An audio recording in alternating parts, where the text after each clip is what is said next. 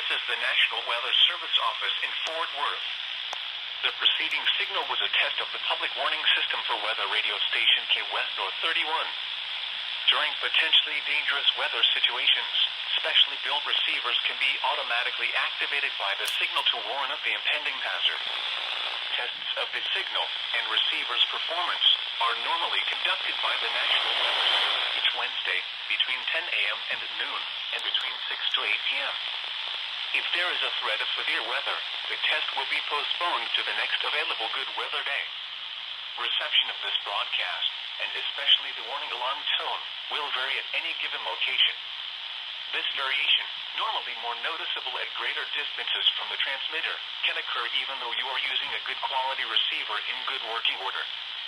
The warning alarm tone will be activated for hazardous watches and warnings for the following counties: Collin, Delta, Fanning, Franklin, Hopkins, Hunt, Kaufman, Rains, Rockwall, Van Zandt, and Wood. This concludes the test of weather radio station KWN31.